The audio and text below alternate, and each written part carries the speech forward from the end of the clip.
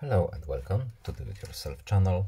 Today I will show you how to turn on performance mode on Huawei P60 Pro phone. To enable it, we have to go to our settings. Next, we have to find battery option here.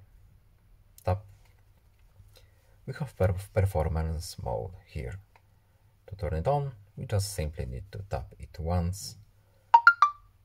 And now our performance mode is activated and it's working now. That is all. To turn it off, just simply do it in reverse. Performance mode is now turned off.